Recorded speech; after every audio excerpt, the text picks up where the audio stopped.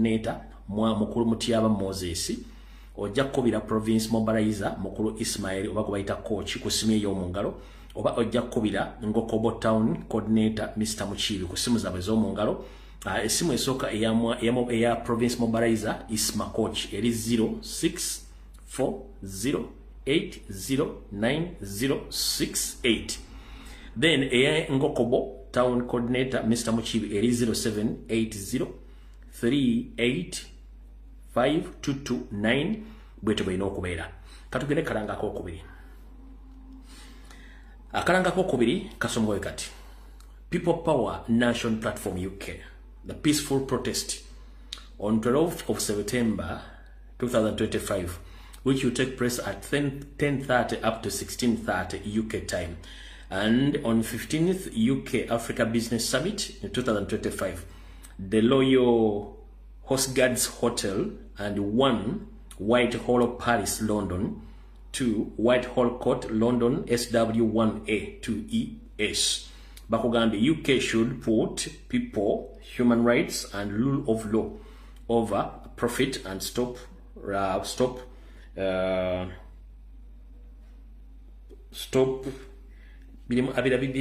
biwochi sibitegeera bibiri mu kababe kolaze mu kantu katono nnyo nenga mbategeeza nti ejja kubere kwekalakaasa mu ggwanga lya Bungereza nga bannayuganda bakutegese naddala bakulembera ekibiina kya National Platform Sakone people bajja kubategesa okwekalakaasa angenaku z'omwezi 12 mu ggwanga erya Bungereza. Mudde mukola akapapula kano mukatereze then tuleke tugende mu maaso kati kansembeeyo kano. Alright, mwenna abagenda okunoonya ekigule magala eddiba mufuna akaseera ne munyenya kugalibengo ne mulya ku ssente zammwe. Ndi wano bategeeza bannayuganda bonna bwangala mu ggwanga lya Bungereza nti Afrigo ngeweza emyaka 50 egenda kubeera butereevu mu ggwanga lya Bungereza.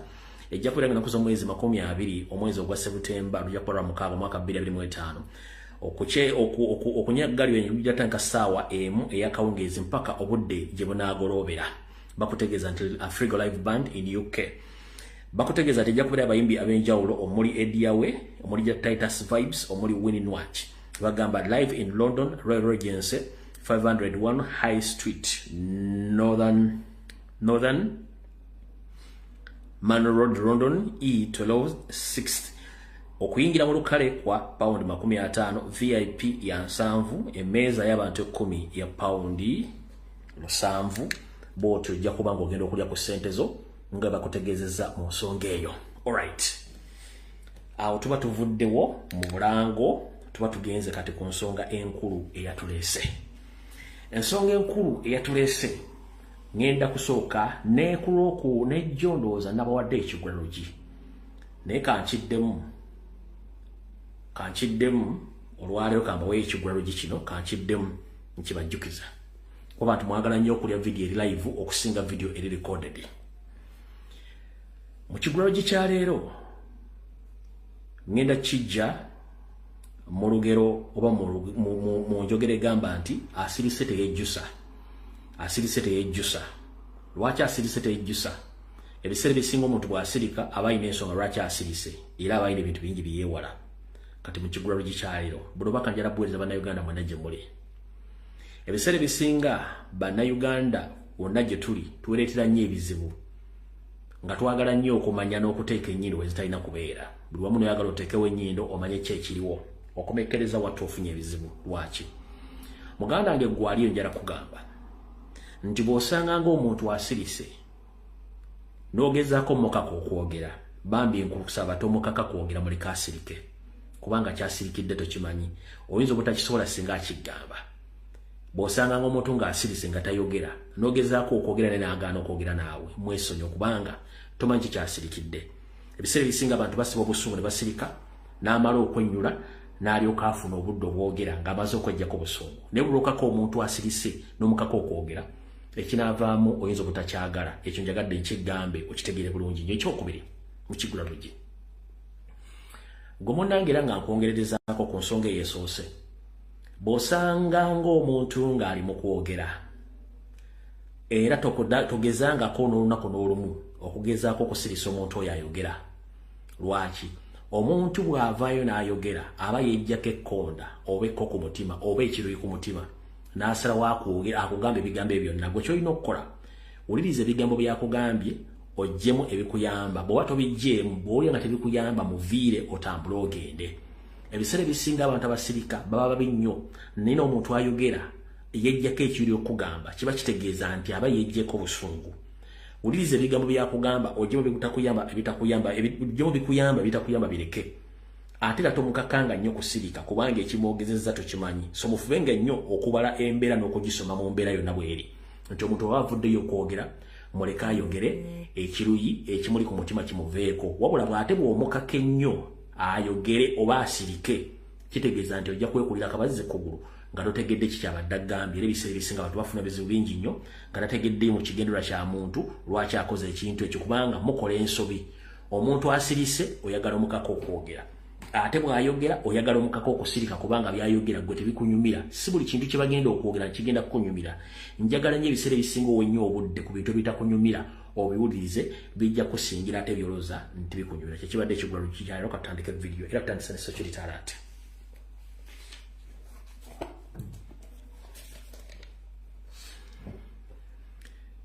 Security Alert nneeno ngenda jjuwanvu ya mukko njagala bannansi mwenna mbajjukize nti tetuli mu byabufuzi tuli mu buwambe tulwana buwambe kyetuyita occupation mu occupation mbakubiriza nnyo mutwale obudde mugoberera amawulire agatambula mu luwannanda lw'abawarabu eyo gye bazaala Yesu Kristo ebiriyo ekintu ekiriyo bakiyita occupation bajjawo abantu abaddewo bateekewo abalala kati ffe waffe bakikola mu ngeri yakubuzaabuza naye nga babuzaabuza abantu olwedda baabuledda abadde basaana okuzuukusa lwaki Museveni akozesa ensimbi akozesa amawulire n'okulyeta nga diversion ye nga bwakola ebibye kati ngenda bagamba tufighting watulwana occupation ng'ate ffe batumalawo njala kutegeeza gwe munnayuganda yenna ali awo Museveni taleka bujulizi wamala okukozesa nkiddamu Museveni taleka bujulizi wamala okukozesa aba ayagala akutte lwaki aba ayagala akutte tayagala muntu agenda muwaako bujulizi kati gwe munnayuganda yenna Museveni bwakuwanga mission ogenda ogikole manya nti bw'ogikola akusindikiddeko omulala alina okumanya biki byokoze na biki ebivudde mu mission eyo oluvannyuma bagenda kutta lwaki kuba tayagala kuleka bujulizi omwami ono gwe mulabye afudde olwaleero mu binkola etategerekeka Honorable Zaake gwayogeddeko wano ono abatulugunyiziddwako ku SIU ekireka mu kiseefa house ekyo omusajja abadde akikulira ye Musa Walugembe naye afudde mu mbeera etategerekeka nga bwe tufunye amawulire ago ku mitimbagano ewakaawe kyannaku nnyo tyagenze amukuffe tetufunye bwenkanya mujjukire nti wenatulugunyizibwa nentwalibwa mu kooti nga bandeese ndi bukunya kooti neeragira ntwalibwe mu ddwaliro Musa oyo ye yanziza mu kiseefa house ekyo ne bongera okuntulugunya naye Katonda talya nguzi mu mbeera y'emu gy'olamulamu abalala naawe gy'olamuzibwamu naawe ogenze Katonda akulamule naye kino kiba ekyokuyiga eri naddala abo abatulugunya abantu nga bakulembeddwamu komanda in chief waabwe ti bw'osiga bw'okungula ffenna tujja kufa naye tuyise bulungi bannaffe tulekeraawo injustices tulekeraawo okutukyalinga abantu kubanga Katonda atalya nguzi amala n'alamula. Right. Omwami oyo asangiddwa ng'afiiridde mu maka ge. Enfa ye teyawukanako n'ey'omwami gwe baasanga bamuttidde mu septic tank mu maka ge ekyengera. Omwami oyo yali wa Munyankole baamutta. Neera bw'ogenda ogobera trend ye oba omukullo era naye yali mu poliisi omwo ng'alinamu ebintu bingi. Ndi wano okubajjukiza ni Museveni bw'akuwa ekyama kye togenda mukolera mulimu oba ofuuse target aba agenda kutta kale mwenna mwegendeza ba indigenous abadiringa ne Museveni nga bawe emirimu egy'okukola okutulugunya bannansi ajja kubatta kubanga yeetaleka bujulizi. So mutegedde bulungi nnyo wano wenjagala okugamba abantu bano wammanga. General Peter Erweru Oluganda olumanyi General Peter Ebwemu oluganda lumanyi eno last warning jenkuwa ero lwaliro enkola official ngenda kujja kulada yange eno last warning jenkuwa General Peter ero abamuga ntiwakite mulikana afano sola kuleka General Peter ero lwafe lwanchi General Peter ero indigenous chekisoka ekyokubiri is a high witness mu massacre eyali mu Bwakabaka ba Rwenzururu is a high witness mu massacre eyali mu Bwakabaka bwa Rwenzururu kati oyo musajja ali high witness Museveni yagala mujjawo so whenever you are General Peter Erwelu stay warned. There is a team of assassins who are following you on a daily basis. They want to finish you. General Peter Erwelu waliwo abasajja bakutambulyako baagala kujjawo. Era njagaloddemu weetegereze before nga tonnava mu service. Obadde off ku social media nga toliiko. Weewuunyi lwaki kati oli so addicted ku social media. It's because bakusettinga up.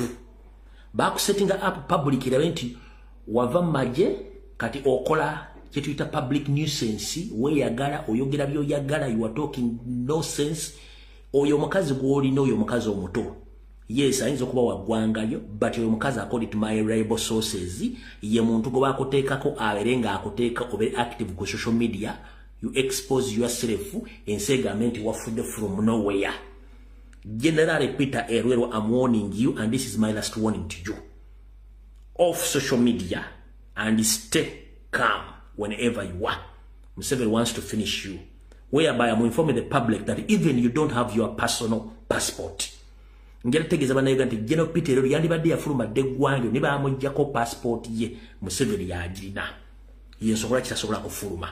Wabula omukazi gwe yeekwanira oba yamumanyi bati yamumanya omukazi ono amutadde mbutaala General tava ku TikTok tava ku social media nga ayogera ebigambo bingi nga bamusettinga busettinzi ba family member bagezezaako mugamba ave ku social media wabula ng'omanyi Museveni mulogo omusajja alemedde ku social media ali mu exposing obulamu bwe ebintu byazaakola kuga alaga nti ali active ekintu ekikyamu eyo setup. General Peter Erwelu please off social media. Bonogana nze the last warning jenkuwadde you are going to be killed.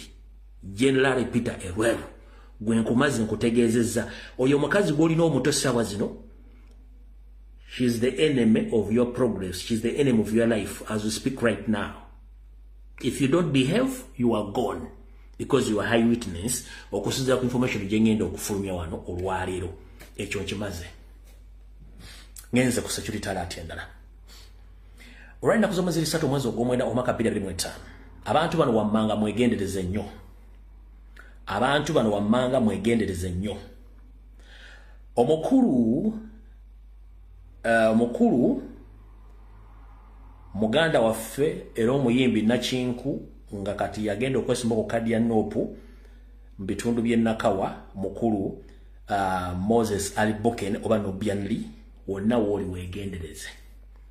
Gyolya gyotambulira na buli kimu weegendereze.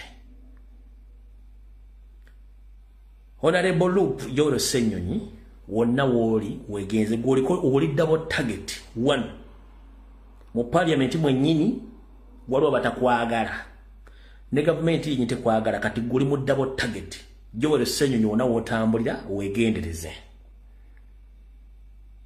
Ompulya bulungi nnyo be bantu benjagadde otegeeza olwaleero mwegendereze. Omu yeeka mmuleke kuba namujja dda kuladda ne mugambo yonna muvaako mujja kuli ekigenda okufaako. Nakino kankyogere mujja kirabako.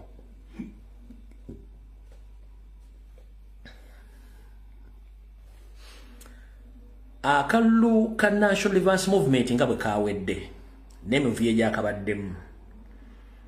Buli amanyi nti oli NRM leaning ng'olinamu akawakanya Gidere Drinking General empire gye bazimba.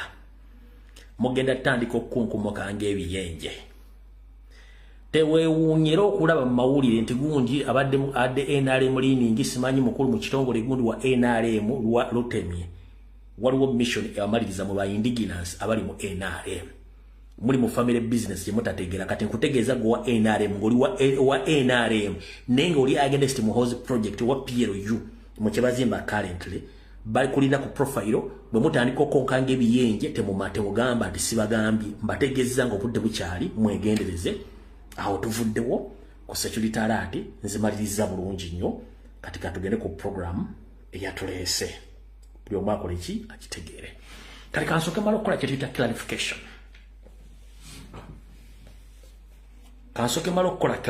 bulungi njagala mwosaliremu video yale mugitambuze ku social media platforms ez'enjawulo. One, kamala kola clarification. Sinze omuntu omutuufu yandibadde akola clarification yeno naye njagadde gibategeeza okusinziira. Mubadde temukyalaba ku live kuno nga ndikodinga video. One, nasooka nensirikamukko nenekwanya mpaka renzize lwaki. Nange mbeera n'obusungu nga mmwe. Nange nyiiga mbeerako bye sitegedde nabwe mutategeera ne munyiiga nange mbeera nga mmwe naye ntwala obudde n'ensooka n'ennoonyereza n'embuuza n'enzuula n'eŋŋenda nga nzikakkana era abadde bajja mu inbox yange okumbuuza ebiseera ebisinga mbaddamu ne mbagamba mukakkane ekintu kitambule nga bwe kirina okubeera kubanga ensonga si nnyangu kati kankole clarification esookera ddala. One, nzomu ne bakomrade badde bajja kula ku video nga tujja tulabisa abakansalaazi n'enkwezenge zibadde mu veti nga tuziraga bulungi nnyo n'abagende wasali musale abagende wa Museveni bakansalaazi kati abamu tebafunye kaadi wabula waliwo abaafunye nkiddamu abamu tebafunye kaadi wabula waliwo abaafunye abasinga obungi mwabadde ate abantu abagende wasali musale abagende wa Museveni lwaki bafunye kaadi ate abalanga tebaafunye kati kankunnyonnyola otegere bulungi nnyo mpuliriza bulungi nnyo ensonga esookera ddala bw'otunula ebyaffe ebyobululu bigenda mu maaso mu Uganda si byangu tulwanyisa gavumenti emaze emyaka 40 ng'erina resources. Museveni yasinga intelligence mu East ne Central Africa oba mu Africa yonna. Museveni tali mu politics ali mu occupation so aina right okuspendinga sente zonna zayagala okufuna kyayagala. Ndi wano okugamba Museveni yakaspendinga 15 billions kiwandiika Museveni yakaspendinga 15 billions 15 nga azinvestinga mu nkwezengeze eziri mu NOP oba ezajja mu NOP. Kuno Museveni kwoli sali musale kwali Anita Amonge kwemuli mwenna kwemuli mbagambye Museveni yakaspendinga 15 billions okulaba nti ayingiza enkwezengeze mu national platform okuva ku kansala okutuuka kuwa MP waggulu 15 billions. Wabula ndina essanyu kugamba nti ku 15 billions sofa ku kadi zaakagalwa yafunyeko 0.05 tewazizade 1%. Yafunyeko 0.05% teyafunye wadde 1% ku 15 billions. Ekyo mmaze kitegera kate kankuddire wano. Abantu abagende Galuga, abagende wa Museveni, abagende Kyankwanzi. Kuba kansala abe Wakiso, abe Rubaga, abe Makindye, abawo abagenda. Ekituufu kiri nti eriyo bakansala abamu be baatwala ng'embuzi olw'okuba nti wabamanyi mu Uganda ne batuukayo bulungi nnyo. Oluvannyuma babatomeza butomeza naye ojja kumbuuza batomeza bantu bakulu nga tebategeera baali bategeera naye akasente Kampala mukamanyi. Bwe tumala obbalabisa abantu bano baaswala nnyo era abo abalimu ak'obuntu ke tuyita humanity bavaayo ne banoonya olukiiko olufuzi olwa national platform ne banoonya n'omukulembeze ne batuula mu bifo ebyenjawulo ne bakuba amavi ne beegayirira ne beetonda. Aba abeetonda ne bawa ensonga entuufu lwaki baakola ekintu ekyo ne beetonda ne bawayo ensonga entuufu ne boogera na buli kimu kyonna ekyaliyo ne kitegeerezebwa bulungi nnyo. Abantu abo abamu baasonyiyibwa naye baasonyiyibwa on condition one oba ku advantage y'ekibiina yeeruwa uliriza bulungi nnyo. Waliwo ekitundu nga kansala aliwo nga bw'omugyawo NRM egenda kutwalawo. Ne bw'abazze ne yeetonda n'akubulira ebyaliyo n'akutegeeza nti eno ABCD kino kye kyaliwo nakola ensobi nzikiriza kati naawe n'oweyinga kansala oyo azze ne yeetonda atubulidde buli kimu kyonna ekyaliyo n'oweyinga amaanyi ge mu community waali oba waakiikirira n'otunuulira abantu abamwesimbyeko n'abagenda omwesimbako ng'oba weeyinga ng'akyalina advantage y'okutwala ekifo ekyo then ogamba no engeri gy'atubulidde bino oyo tumusonyi asigale mu kifo ekyo okutuwanguzisa ekifo ekyo. Abatajja kwetonda be batafuniddeko ddala kaadi. Abatajja kwetonda be batafuniddeko ddala kaadi. Ndowooza nkinnyonnyodde bulungi nnyo. Sinze mwogezi w'ekibiina naye kino nakikoze ku lwange nga nange byadde binsusseeko nze abadde alabisa abantu.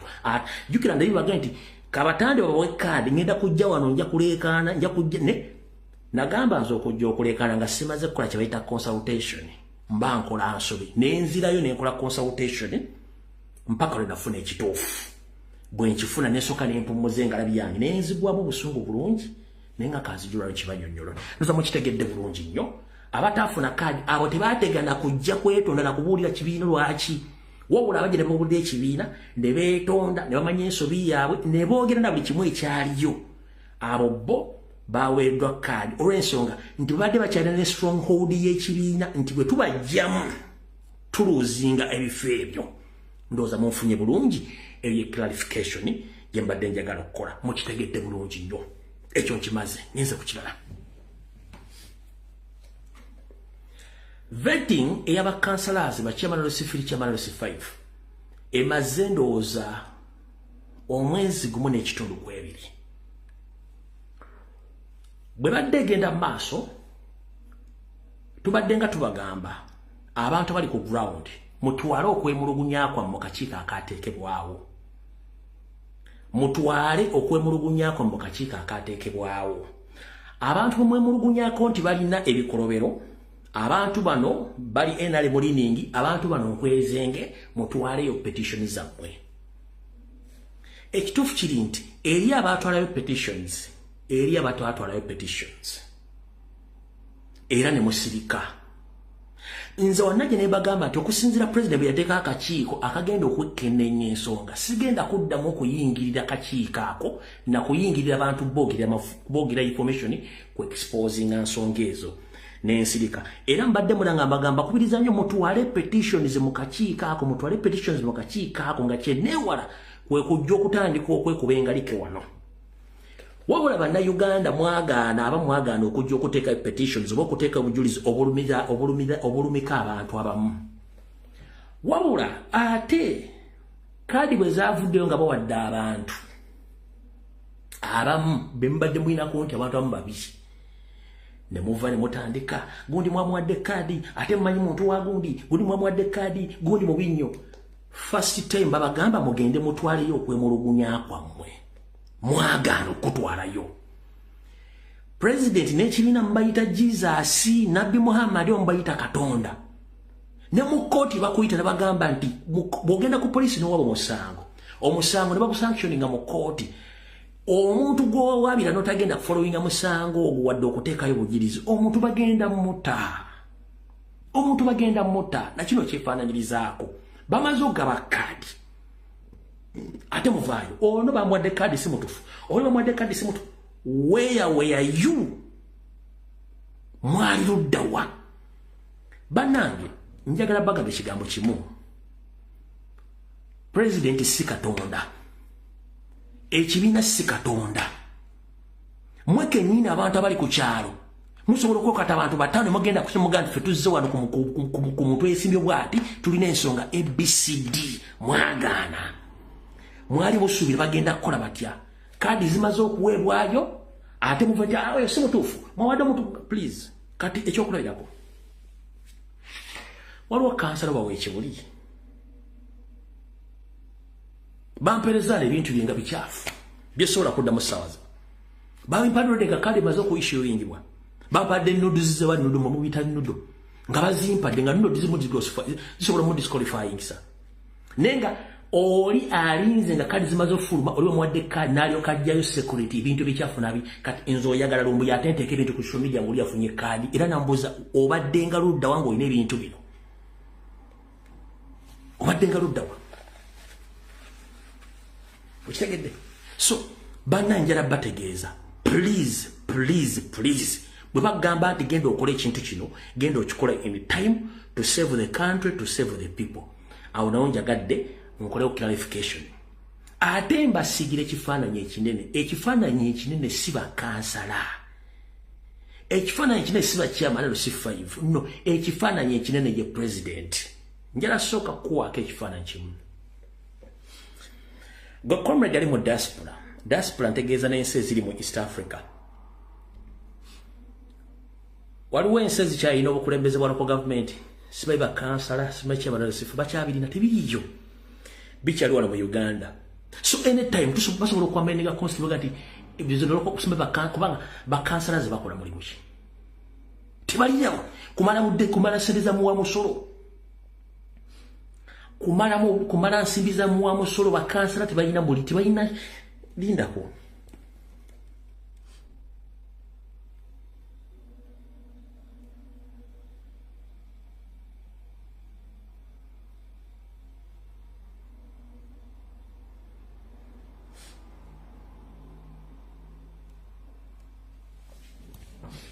so bakansalazi tebalina mugaso tebalina ensi singo bwe bikansala tebalina mu structures mero okugabita biriyo babijjawo dda okusevinga ensimbi z'omuwa omusolo nenga ewamu biyinza okubeerayo naye nze sibula mu nsi endala bagenda kulonda local councils no tebiriyo so ekifaananyi kino bakiyita ntebe y'eggwanga mu nsi ezimu bwebanga gyebiri good enough bweba tebiriyo ndaba tebirina mugaso njala focusinge ku ntebe ennene eya president kyekikulu kya byonna awo nawo tuvuddewo kati njagala kusooka kugamba ebigambo bino awo nawo tuvuddewo njagala kusooka kwogera bigambo bino olwaleero ennaku z'omwezi zi3 ezakonka ku mwezi ogw'omwenda omwaka 2025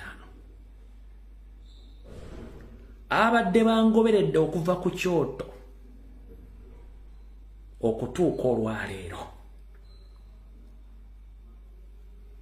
buli muntu yenna gwe nayogerako mu vidiyo zenkoze ndowooza mba provinze nti omuntu oyo gwe nayogerako yenna mukyamu n'abala batannavaayo naye nga mubamanyi nti bakyamu kansubire nti buli omu abaddangu okuva ku kyoto gy'emyaka gigenda mu 6 sirina muntu gwe nayogerako atagenda kuvayo yerage nti mukyamu buli muntu gwe nayogerako nga ntandika ne bwenze nga ntandika mpaka olwaleero buli muntu gwe njogeddeko yenna yejjeeyo n'abala bakyajjayo mumpulya bulungi nnyo so kati njagala buli muntu w'oli ofokasinge ku president tofokasinga ku bannabyabufuzi bakyuka essaawa yonna fokasinga ku president ngenda kusaba gwali wano n'obuwombeefu tulina ebintu bingi nnyo ebyokwogerako togeza n'okola video togeza n'okola post n'omalira obudde ku Sauda Madada please mumuleke yagenze visa ye we yakomi mu overstay yakomi awo yagenze mutemumalirako obudde kubanga bwe mumuwongera kumba muwa promotion ye obuweereza bwe bwakomyawo temumwogerako mumuleke kubanga sagala muwe promotion abeere waawo akola ebintu bye okujjako ng'akoze era n'alumba omukulembeze oba ekibiina kya national platform temutegana kukola video ndala yonna consult me I myself ez'ensonga nzeemalira mbasaba n'obuwombeefu Sauda Madada muleke agende nga bwe yasazeewo ye obuweereza bwe bwakomyawo era njagala bagamba kye mutamanyi ekibiina obukulembeze bwakyo ba foot soldier n'abantu abamu they are very very very very happy basanyufu nnyo olw'ensonga nti buli ekyokya okiwa obudde ne kiwola n'ekikwasa engalo abantu basanyufu mukitegedde bulungi nnyo kati temumuvuma temumuleke agende one abantu basanyufu obukulembeze busanyufu buli omusanyufu service yagikoze eyeeyo temuwa budde unless ng'alumbye ekibiina oba alumbye president temutegana muteekako wadde just consult me ez'ensonga nzeemalira ozambe ez'ensonga nkolaki nja baddirayo ku Genesis manye kuno kwali andaba kati currently sina buzibu naye agende olugendo lwakomyawo temumalirako budde nti mumwogerako biki no please don't waste your time nakoze post nembagamba nti buli gwolaba nga tafunye kadi ya Nuupu n'aleekaano yabaddemu overstay n'abalala bakyajja kati ngenda kusaba togeza n'ovuma Sauda Madada mu mulumba muleke services zatuwaddeko zeezo paka lwagenze okujjako ng'akoze era n'alumba president oba n'alumba ekibiina consult me mumundekere ez'ensonga nzikola ki nja zeemalira ne kale nti mumuleke leave her alone muleka abeere gy'abeera ekyo nkibagambye kiwedde ensonga endala akatambi katambise Mr. President Robert Kyagulanyi Ssentamu kutumiddeko ssibo kasube nti oli bulungi gye balako gye tusaako engalo njagala owulize message yange eno bulungi mwenna mwalabe mawulira jjo agazze ekiwatukira nti comrade Nyeko Derrick yakitadde okusookera ddala njera omwebaza obuweereza bwaweerezaako yebala nnyo yebalire ddala ensonga gye yakoze ya kintu kikulu nnyo okuwummula era teyabawadde ensonga lwaki yawummudde wabula kiyakoze kya kintu kikulu tikisuubira n'abalala okikola wabula muwulirize bulungi nnyo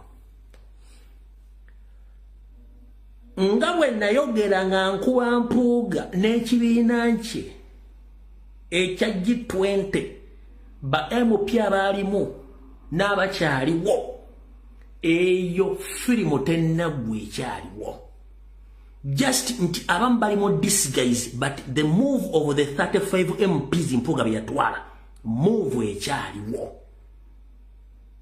so move eno president batagimanyika agimubuulire one waliwo akatego omanyi bana abasajja bakyusa nze ne mbagwamu waliwo akatego nti ba MP abamu oyinza obbaddiza kaadi ne bagenda mu kalulu ne bawangula ne batunda obuwanguzi eyo ye move esooka move yali esooka move eri gye baali mpuuga gye batadde mu kusooka yali akujja publicly announcing Nuupu nti ya Nuupu ekibiina kibi tekirina makulu ffe obukulembeze tubusuddewo tekyana kitwagaza Nuupu eyo n'enjikuba n'evaawo kati ne badda mu disguise okwekweka kati oyo yekka si yavuddemu n'abalala bagenda kuvaamu bwe baba tebavuddemu bagenda kuviira mu kali kenkugambye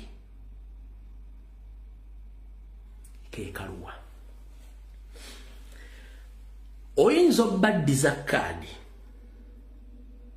ne batuuka mu kalulu ne bawangula obuwanguzi ne babutunda mission yeri yetya Mr. President mission yeri nti baagala kukuba technically okukendeeza ennamba yo eyaba MP bogenda ofuna mu Buganda kati sample yasoose wagitegedde more of such it is going to happen very soon wano togenda kujoba independent bagenda kujja ebintu bino mbikunyonyero bitegere bulungi nnyo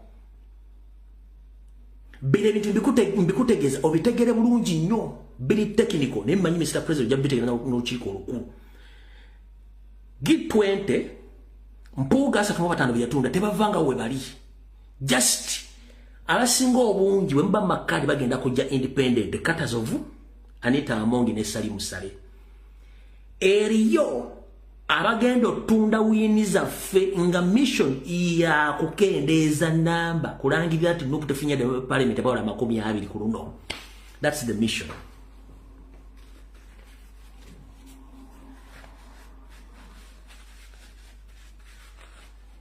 Kansonati mukitegedde.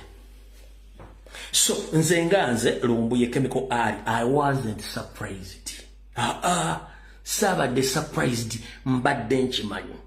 Nkibanyonyodde olwaleero n'ensoose mwebaza kiyakoze ekyabusajja bukulu okugamba nti akitadde akivuddemu. Naye don't dare make any error. Nja kujja nsumula oluwombo lunande kubbe ku mmeeza. Ne group yonna nga bweri. Lwonna mission eri nti kukendeeza ba MP bonna mu Buganda bw'obadde olina bagenda kutunda DRC form ku lasiti bagenda gundi bamuwangudde gundi bamu kubanga Mr President abamu babasasulira dda ekisanje ekijja vulugu yenna go bakola they don't care babasasula dda ekisanje ekijja they were fully paid their money.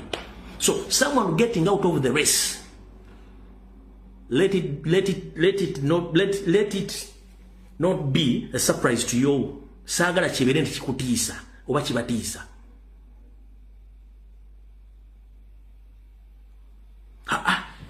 Bwekito bwekiri babasasula dda ebisanja byabwe nga kyebaagala ekifuba kireke nga kiri open either ba independent bakiri oba yennyini yetunde ku lasiti.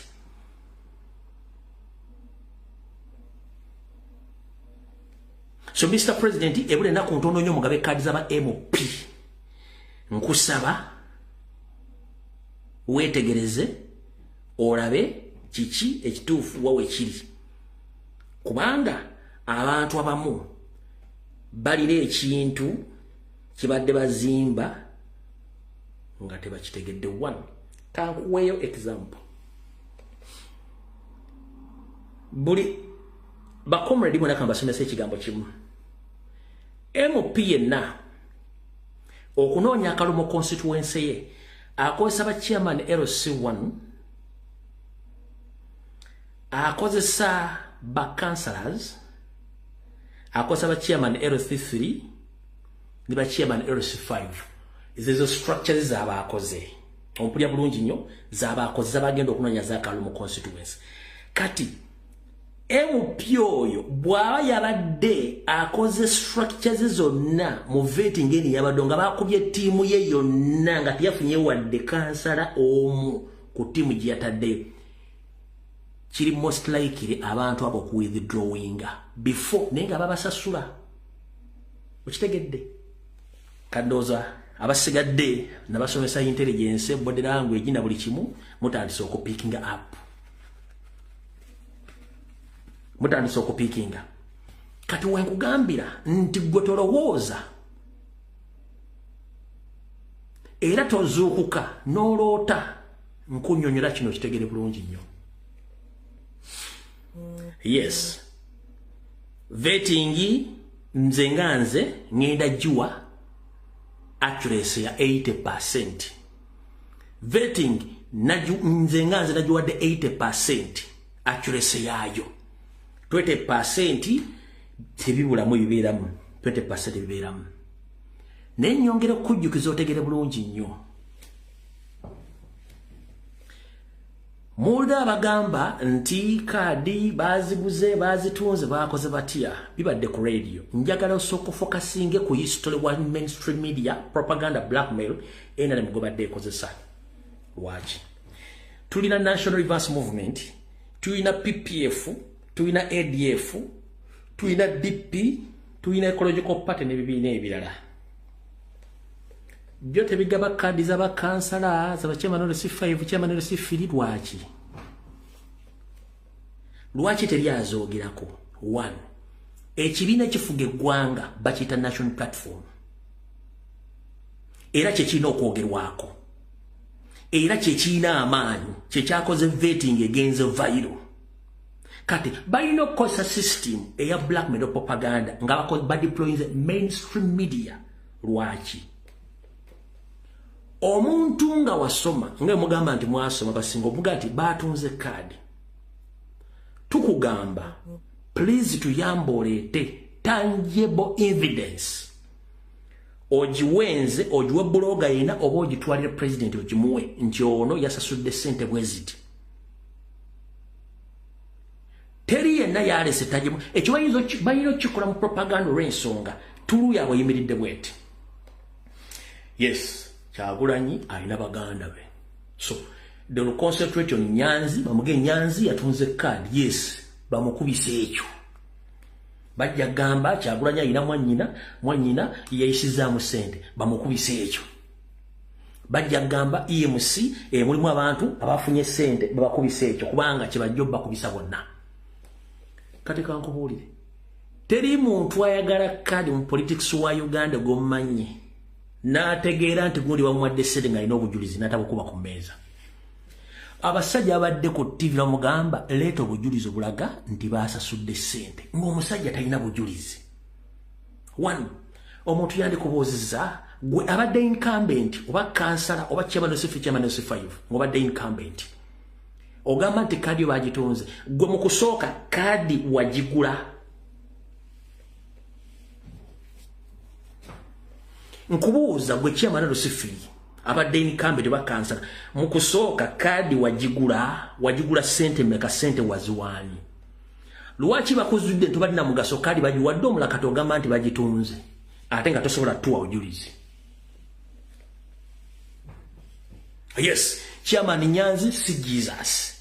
Muntu ng'abantu abalala. Naye balina okukozesa advantage eyo okozesa okuba president n'ekibiina nga bakozesa abantu be abooluganda lwe. Balina okukozesa EMC ogikuba nti esaba sente nga tebaleese bujulizi. Teri muntu asobola kubeera na bujulizi bulumika nti sente baziwadde bweziti n'atabujjaayo. Era mubuuze bwe yali afuna kadi mu kusooka n'awangula ku kibiina kya National Platform sente yaziwaani. Kadi yagigula sente meka. Lwaki bwe bamulabye nga takyasoba mujjako kadi kati agamba nti bazitunze. Bino njagala nkunnyonnyole. Si wakanira byogerebwa wabula gwe ayina claim ngero oyina obujulizi. Please tuyambe obuleete ffe tujja bwe exposing. Oba toyina bujulizi kooti ekugamba omusongo gwo gutalinako bujulizi ogwo si musango. One, Museveni yagala nnyo okuswaza Kyagulanyi. Museveni yagala nnyo okuswaza National Platform. Museveni yagala nnyo okuswaza system ya National Platform. Bonna bakatambula ku TV ne ku radio nga tekuli aleeta bujulizi. Kabe wa message, kabe wa voice note. Lwaki? Kyandibadde kikola amakulu singa babuleese. Soka weebuze lwaki bukedde hostinga bamye card. Lwaki monitor posting bamye card. Lwaki Nairo Post posting bamye card. Lwaki NTV postinga. Lwaki BBS. Lwaki CBS. Lwaki BBS. Baleta wokaboka abamiddwa card. Tebana kulyako sente bakulira EMC okujja okudefending oba okugera ekigambo kyonna ku allegations.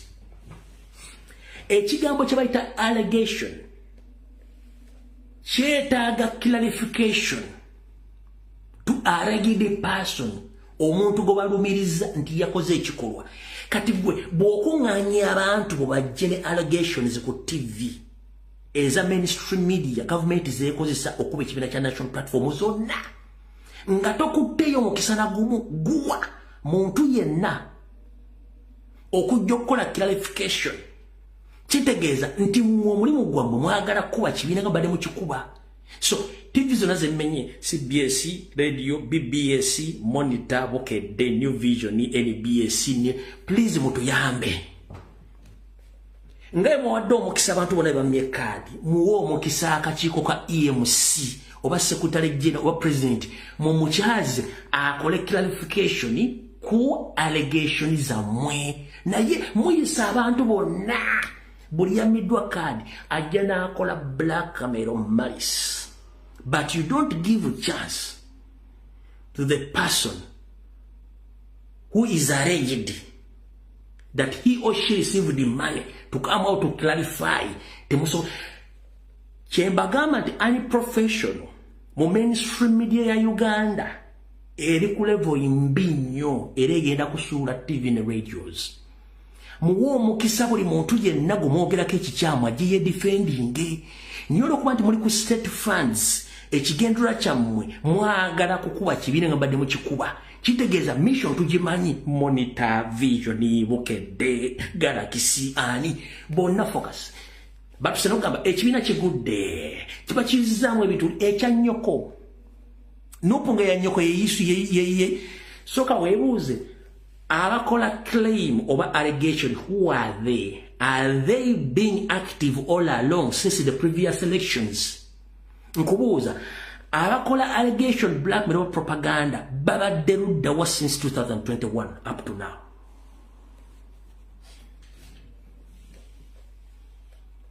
Babadde ludda wa? Babadde mupata activities chi? Babadde active no? Why are they active now?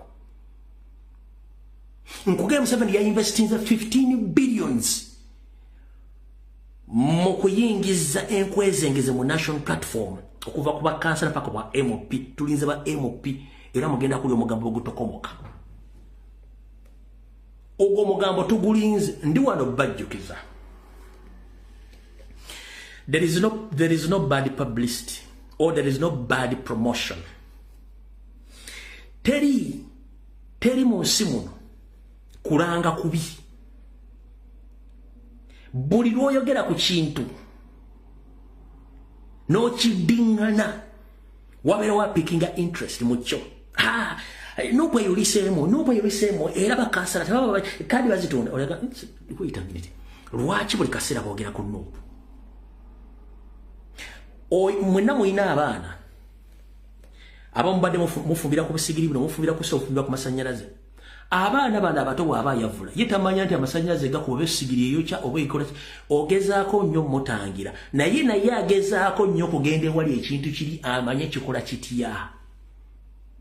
Kati nammwe abali mu promoting a national platform indirect nga temumanyi kyemukola nga temwogera ku NRM nti egabye card nga temwogera ku PPF nga temwogera ku FDC nga temwogera ku ADF mwogera ku kuba ebyo tuyita indirect promotion nga temukimanyi. You are promoting nupu kubanga nupu efuuse ensonga ebine birawo ebiri nekino temukimanyi nti tewaliwo bad publicity or bad promotion.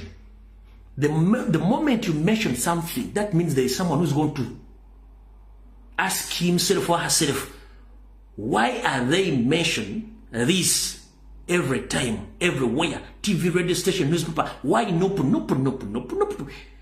Ebine kati chemwe mwasoma amawulire nite mutegeera. Mwasoma amawulire nite mutegeera. Lwaki?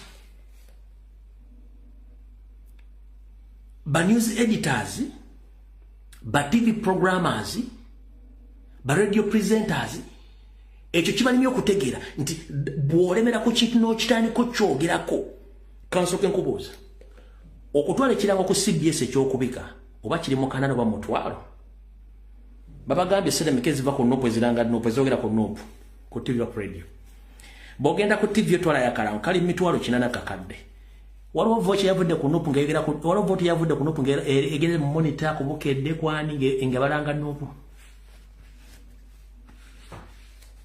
Nebuli go mwalesa okwogera ekigambo ku nupo state ya musindise nga ina state baya musasulidde airplay ekyo nato moduza tetutegeera state ewa yasindise omuntu ngegena musasulira airplay nupo yasasulidde meka.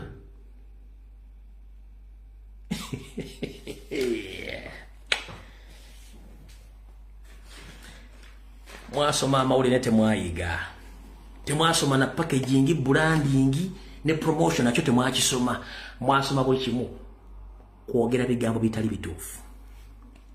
Twagala obagambe ekigambo kimu. Tuli mu revolution eyetambuza yokka etya buli lwokwata essimu noyogera ku nupu ku Kyagulanyi oba mu promotinga oba omwogeddeko bubi oba omwogeddeko bulungi oba mu promotinga ompulya bulungi nnyo. Kati kimwagala okumbategeeza ekigambo kino mukitegere bulungi nnyo.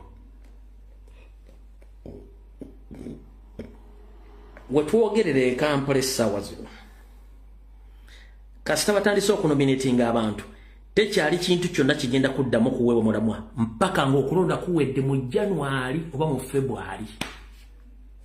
Naye mugenda kubeeramu nupu Kyagulanyi why? Kubanga kyekinyusa ekiriwo tewali kirala. oyo blackmail propaganda gomukola takyakola awo twavaawo mutegedde bulungi nnyo awo nawo tuvudde tututa obuntu obudde bulungi nnyo wabadde walinawo okutegeera n'okubasomesa mutegeera ensonga ezo bemba mazo zitegeera ekyaba MP kibabuulidde ekya Nyeko kibakondeddeko ekya Sauda kibagambye nabirimbi bagambye n'enkola clarification awo tuvuddewo kati katugendeko mu kitabo ono wansi. Alright. Mumpulirize bulungi nnyo. Mujjukira nga tugenze mu kalulu akabbira biri mugumu. Nyando Yosoferi ya deployinga amaje okuva Sierra Leone, Angola, South Sudan ne Rwanda. Na deploying Mamba okwetola Kampala mukono wa Kiso Entebbe. It was due to panic. Banyabo ne basebo. Abasajja bali ku panic. Tewamanyi kigenda kuddako. Nabategeeza nti abaana babasinga obungi babatutte bali mu nsi za Europe, abala bali mu Middle East, abala bali mu Asia, abala bali Rwanda, babatutte family zaabwe. Abasinga obungi ba government officials babamye visa mu embassy singa obungi. Wala abaana bafuna visa ne bagenda. Kati sawa zine ekiro mu kimanyi kanki bategeeze. Mbanyonyode ne 223 221 Museveni ya deploying abasirikale abagwira Mamba buli kimu n'akireeta kati bannange mumpulirize bulungi nnyo. Okusinzira ku panic eriwo Nyando Yosoferi ne family ye bali mu panic. Very soon obajja bujjako katono mwandyerolera emmamba tanka ennyonyi ezebongera mu bbanga ez'amagye okwetoola mu Buganda wonna n'ebitundu ebirala by'eggwanga wali balakisi z'amagye nga kino bagenda kikola bagenda balaga nti bakola bakiyita military drill. This is not a military drill. This is a scare tactics kakodo ka kutiisa nti bwomutalonda Museveni muba mugenda mu lutalo ne message bajja zibasindikira mu WhatsApp. So kijja very soon mbagambe bagenda kikola mu Buganda bagenda kikola mitundu bya Uganda ewali military barracks z'amaanyi bo bagenda kita military drill wabula kyefaanageza na kiri kyebaleete mundu mu Kampala zirwasa mayinja ne bateeka buno obunyonyi bw'obuleekaana mu bbanga mugenda kirabako either after campaigns oba before campaigns bagenda ku deploying emundu ezendere mu Kampala n'ebitundu byonna bisigaddewo kutiisa kakodo ka kutiisa eyo bagiyita scare tactics kutiisa banna Uganda naye ekyo mugenda kirabako very soon nga bwe mbibagamba nga bwe nabagamba ennaku z'omwezi ali 5 omwezi ogw'omunana gakutandika ne bagamba Major General James Birungi yali akuya semwayi ne banne bali mu under house arrest nakibagamba ne bagamba wait a minute tukikoze ne basooka ne bakissa wansi kyavudde wiiki ewedde nenga nakibagamba dda kati nakino kibagambye bagenda giyita military drill ne bagezaako kutiisa bannansi bateko obunyonyi bwa mu bbanga badeployinga amagye abambadde ebikookolo abambadde bimasiki bitategerekeka bakutte emundu ezitiisatiisa eyo yonna paniki mundu gye balimu ekyo bagenda kikola very soon ekyo mukitegere bulungi nnyo kati wulira wano ntegezeddwako okusinzira mu sources zange ne mulabadde Drinking General ng'ali mu sad mood oba embeera ey'ekinyikagobe ne Nyando Yosoferi kuva yave Kololo nga temula wakangaza nga n'emikolo egimu egibaddewo egibadde gimwetagisa okubeera otabaddeeyo si lwakuba nti tayagala. Wuliriza bulungi nnyo. First family yasavingiddwa sanctions. First family yasavingiddwa sanctions. Nga sanctions zino zagenze ku bantu bana. Sanctions twabategera waliwo sanction ezijja nga ziri public. Nuwabeerawo ezitali public nga z'abantu abali mu first family oba officials abanene mu government nga tezigenda kujja bazibasavinga bonga ba individual. So muwulirize bulungi nnyo. Sanctions zino zabawereddwa UK, USA ne International Criminal Court. Mulire bulungi nnyo. Yasoose okufuna sanctions zino yabadde omusezi Odrek Rwabwogo. Egimuvunaanwa kwenyigira mu mivuyo gya kutunda biwoowoolo by'abantu n'okwenyigira mu mivuyo egy'okutambuza ensimbi zitali mu mateeka n'ebintu ebirala. Oyo bazimusavinze azimanyi kuno Rwabwogo kooli ekyo kimanyi nti you are served ukimanyi bulungi nnyo. Tugenze mu maaso. Nkajja mulindeeko. Kisawo Vuga afutubadde eggulu naye bamusavinze. Ono ye ate bonnanga ali bubi nnyo kubanga bwe yali yakava mu nsiko ye bamutegererawo nti simutemu mulwadde ne bamusavingirawo. Kisawo Vuga bazze mu bamuteekako sanctions zino zamuteereddwako eggwanga lya USA ne lya UK. Nga muno mulimu emisango egyamuteereddwamu okunyagulula ettaka ly'abantu omuli naye okwenyigira mu kutunda ebintu by'omunda eby'abantu kye tuyita body organs trafficking okwetoola East ne Central Africa. Naye bamutaddeko emisango emirala oba bamusanctioninze ne bamuwa sanctions naye azirina. Ukitegedde bulungi nnyo. Nyando Yosoferi ezze naye bazimusavinze nga zino ziva mu International Criminal Court. Eza Nyando Yosoferi zisoma bwe ziti. Nyando Yosoferi engeri gye yali agenti alina betuyita abawuji b'obunyama ababeera ku international level mu office. Mujjukirako lumu omukulu Nobert Mabwe yagendako e Hague ogenda okuteekayo okusaba kwe baleme okuteeka mukama we ku nninga lw'emisango egyo. Naye era wattu sanctions endala z'amaze ne zituuka nga ziva mu ICC.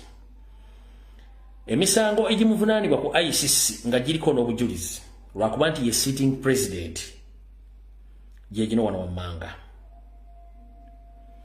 Kuliko egy'okutta abantu mu Sudaani ey'amaserengeta eyo gy'obujulizi babulina. Kuliko emisango gy'okutta abakongo mu Kongo egyo gyo n'obujulizi bali bulina.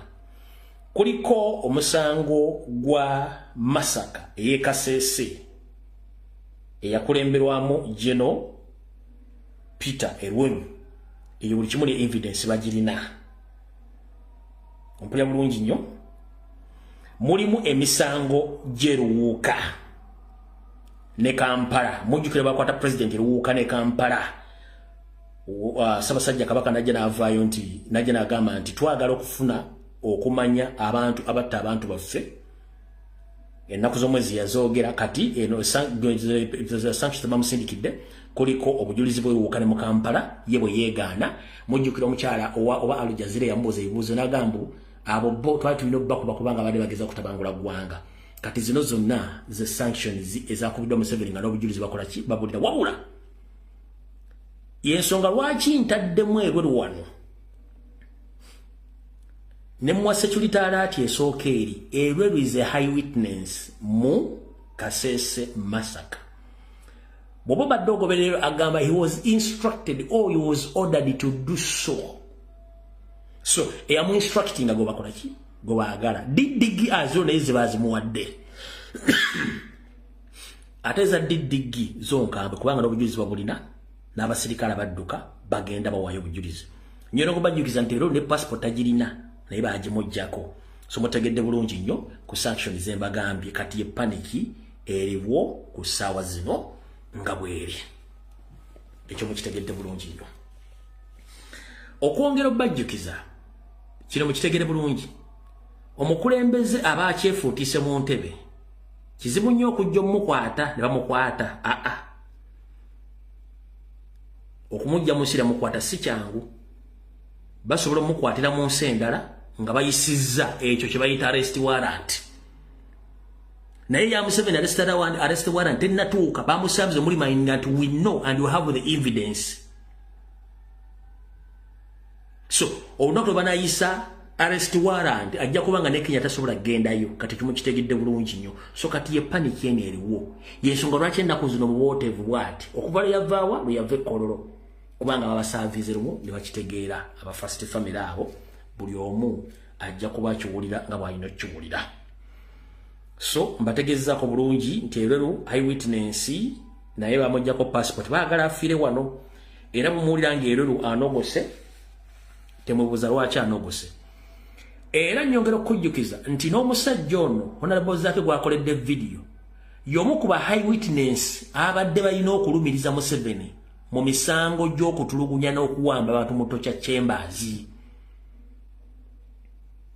Yensonga lwaki batandise obbanyiga omu ku omu bafa mysterious bafa enfe etategeerekeka kubanga babakola ki bajja obujulizi kati ye ensonga ekola ki eriwo olwaleero ku nsonga nga bweyimiridde ku bantu abagenda okuba nga banyigibwa mpola mpola. Awo tuvuddewo kati njala tugende ku nsonga endala. Ensonga endala yeeruwa.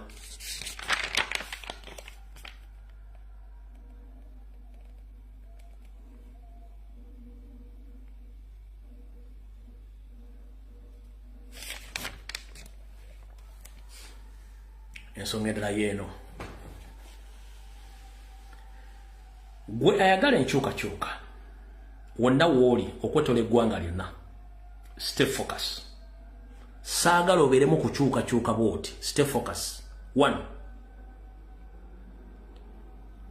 Omuntu yekka gwe tuli nawo agenda okukyusa eggwanga eryo by all means ye Robert Kyagulanyi Ssentamu. Wabula ng'omuntu ayina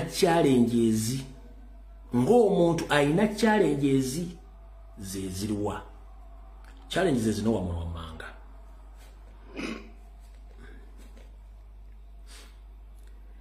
Buli lwatunuulira abantu abeeyita bannabyabufuzi nga bakola vice versa bafokasinze ku ye kimuwaamu okunyolwa naawe kikuwaamu okunyolwa nange kimpa okunyolwa ye challenge esooka nti abantu bano tebali more interested okukyusa obukulembeze bali more interested in positions. Eyo challenge naawe ogiraba. Njala soka kubuuza bw'otunula ebyobufuzi bigenda mu maaso lwaleero ng'oggyeko national platform gikwata ogiteeka ebbali wali twogere ensonga zino ng'ozifokasinze ku bibiina ebigamba nti byabufuzi ebiriwo. Kiki ky'olaba? Kankwongere nkujjukize. Buli eyeeyita politician mu Uganda essaawa zino ng'amaze mu office emyaka 15 ku 2 ng'akyajja n'ayagala ddemo yeesimbewo ekigendera kye kyakuggyako Museveni. Nkikubuuza. Buli eyeeyita politician ng'amaze emyaka 15 ku 2 mu office ekigendera kyakuggyako Museveni oba ekibuuzo kiri nti ekidibo mu kiri nti nedda balwanirira bifo si kuggyako Museveni. Okitegedde? Kati saagala odda weerumye mutwe n'abapolitician abadde akugamba nti wanuupa olwaleero enkyagenze mu FDC enkyagenze mu PPF enkyagenze mu ADF bazunganga mu kagwamu ovulo kubanga gwe mulimu gwabwe ng'oggyeko okubeera omulimu gwabwe abo betuyita ba NRM leaning abamuzannyira emizannyo egy'ebbanga lyonna basamba defensive baggala luggi lwa musajja nti buli wamu baagala kunyigirizaawo ne wandige nti wantwagala kuyitawo era banyigirizeewo. Weewuunya omuntu ali mu parliament ebisanja 3 gy'emyaka 15 ng'ekisanja kimu ofuna billions 3 plus n'ofuna ebisanja 3 ze billions almost 10 oba okyanoonya ki ku bwa kansala unless you are an obstacle.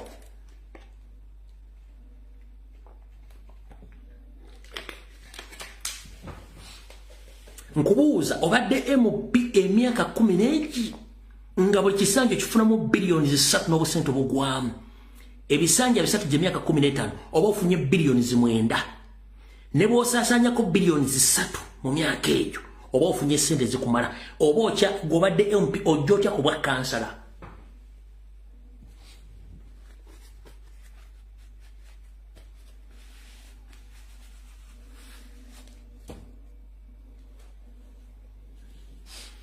Kola calculation yao. Kola calculation. These are blockers. Bwebagamba katigenda waliwa ngaba nagamba mulabanye mpira ya Premier League. Bagamba ze mpagira Liverpool nyimaze myaka almost 30 ekyo sikyega. Ngaba mulaba coaching ayimiridde ku touch line. Ngaba sambi about the instructions obula basamba byabo kati. Ne mulanga akasuka emikono agira ati kane Museveni abeereri. Nagamba abantu benti kati gwateri wali ekitulidde eno gwedda wano to cover up all the loopholes kibali mukola buligola bazunga ng'omukka mu ovulo mmanya nti oyo y'omukubbo baziba bituli nonga nti omaze mu parliament emyaka 15 ng'ofuna billions 3 oba ne baziba billions 2 ekitone nnyo onoocha kikuba kansala onoonya kikuba chairman Sifiri era ekisanje ekyokuno oyagala kyaki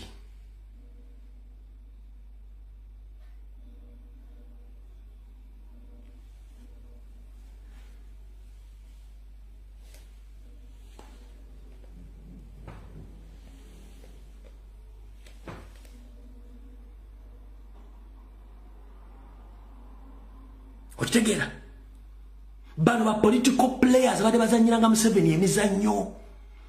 Ladies and gentlemen, the city against na muntu constitutional rights buli muntu alina eddembe okwesimbawo, but genuinely bobanga oyagala kukyusa gwanga ng'okimanyi nti bannayuganda politically babadde bali mabega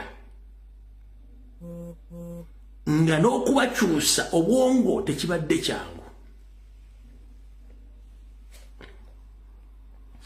Kansoke kuomwe ekyokulabirako njoke kutegeeza nti Kyagulanyi mwe muli byenga akyali mulamu. Gobadde okimanyi nti bwe basumulula okutwalayo interest yabagala okwesimba okuba president bwafuna abantu bali 380 bonna abajja paperwork abajja empapula waliwo yazizaayo. Where are they? Tebaliiwo. Nabagamba yali akulyetinga emboozi muzoogere nezigaana kati anoonya bapuleya bagenda omuzanyira omuzannyo gwe bakyaganya akafuna kogu Nandala Mafaabi. Lwaki Nandala Mafaabi abadde nabagamba nti nga tebannalonda governor ompya Bank of Uganda. Nandala Mafaabi yaddakolanga governor Bank of Uganda indirectly ate nga yabbadda ssente eza Bugisi Cooperative Union ne sente Museveni ziyamuwa mwefudiso gikyankanya abadde akyazina kati azirina oyo gyali mu central wane waffe mwete mwamanya Museveni bali bazimba power shift okukyusa obukulembeze nga muna agamba nti Abanyarwanda bawambye obuyinza nga bazimba abantu babaleete bateekemu obuyinza babo batuuze mbwe pupu ninga bakolera ku orders abantu Abanyarwanda bannaabwe kati mwe kimutamanya kankibagambe mwenna balina emyaka gye nnina ne bataata basenga bali wano. We are experiencing the history. Gwe wenna ataaliwo mu biseera omugenzi Beni we yafiira. Beni Kiwanuka we yafiira ebyobufuzi byaliwo byebiriwo nakati. Kati just in the social media we can explain.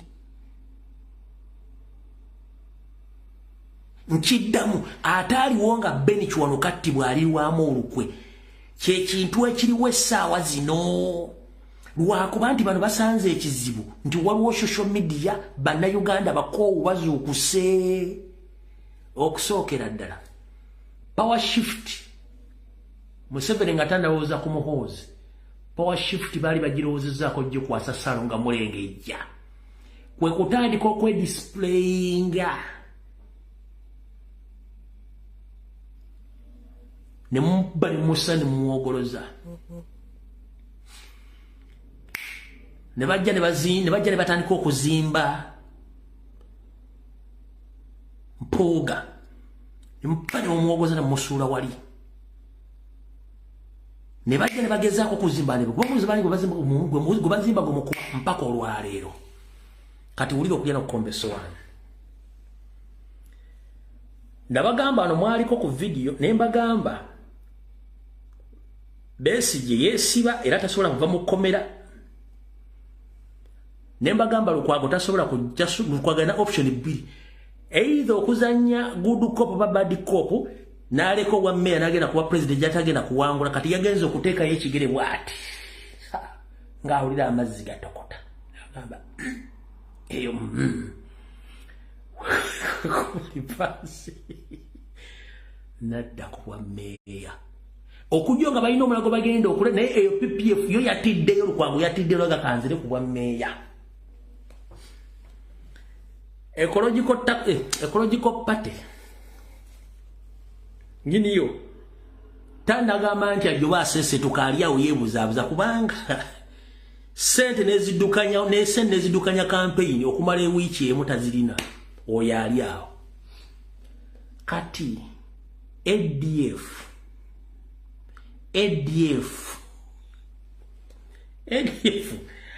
agamba oba akamba nyumisemu kano kona mukamanyi ate mwena mwali mukikozeko oyinza okusibanga otiguka sawa nezituuka ez'okunaaba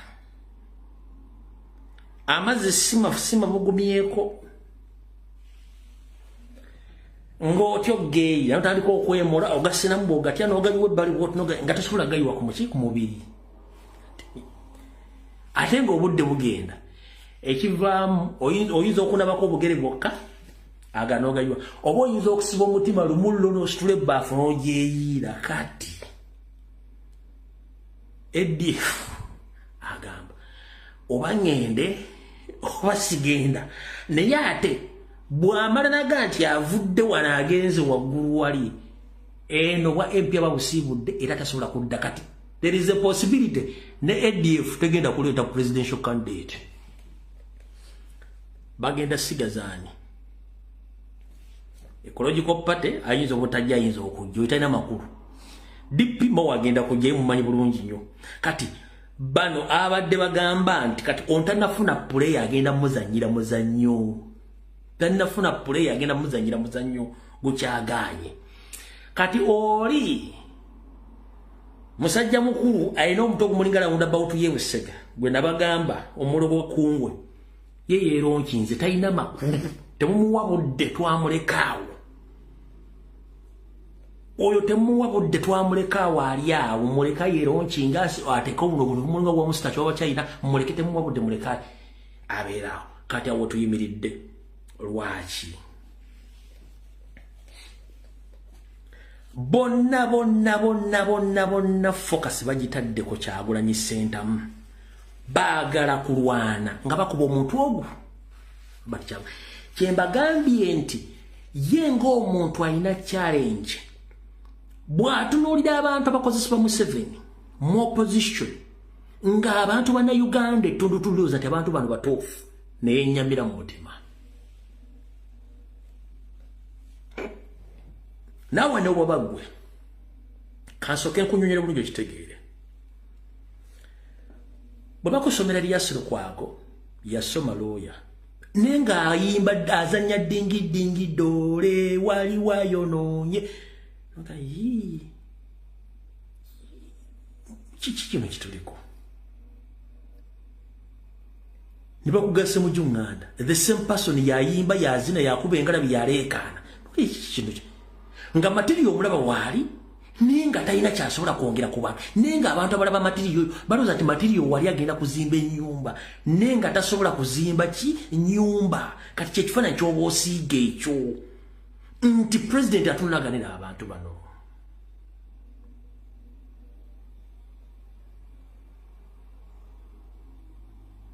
ze challenge zaalina ezo kati bwagamba banna Uganda ekyokukola oli najja ku TV naga nti yatonze kaadi naye bamugaleeta obujulizi tasobola waliwo omukazi gwe nalabye yagambye nti waliwo yatonze poloti ye akwata sente n'aziwa sisita Namuleme mbunaawa kaadi ewakansala nyabo nze nsinga okwagala ebyonoonese mpakula entalo ku bwereere endala nenzeewola kuloonya nakugamba mu kibiina kya National Platform omuntu gwempe kitiibwa era gesobola kulwana naye wadde okumwogerako ye president basigadde bonna bali subjected to questions.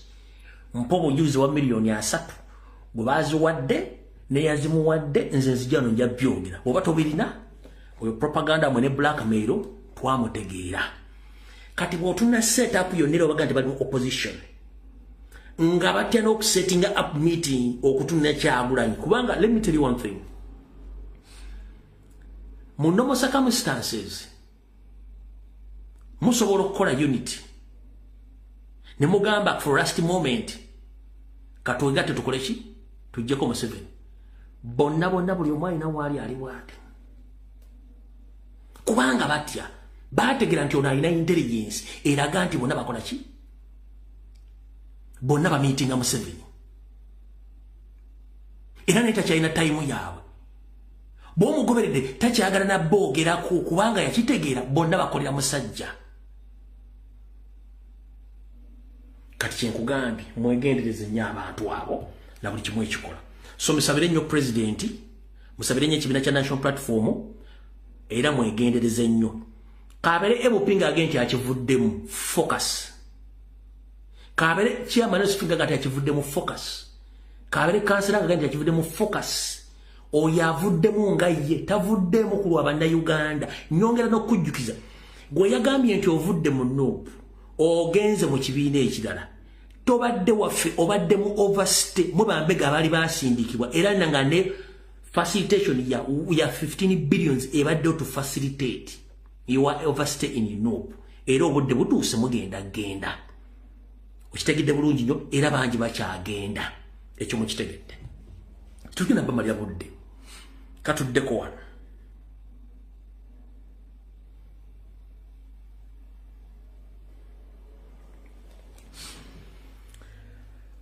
wonna ku level yonna woowulira omuntu yenna ng'alogootana ng'aloga musanjiwe oba ng'alogootana ng'aloga mujjawe ng'akugamba nze abantu baŋŋambye enzigi eyo ye code that's a uniform code bonna gye bakozesa kati buli lola omuntu nga kati nze baŋŋambye abalonzi baŋŋambye enzigi enneesimbe oba giyita uniform code eriko ne bacontroller nkiddamu oba kansala oba MOP oba ani yenna gw'owulira nga kati nze abalonzi bansabye enzigi enneesimbewo okuba namunegina eyo ebeera uniform code bonna gye bayambadde. First and foremost, omuntu bw'akugamba nti abalonzi bansabye nzigi enneesimbewo kuba namunegina ompulira bulungi nnyo sooka omubuuze bwali ojja mu National Platform bakugamba batya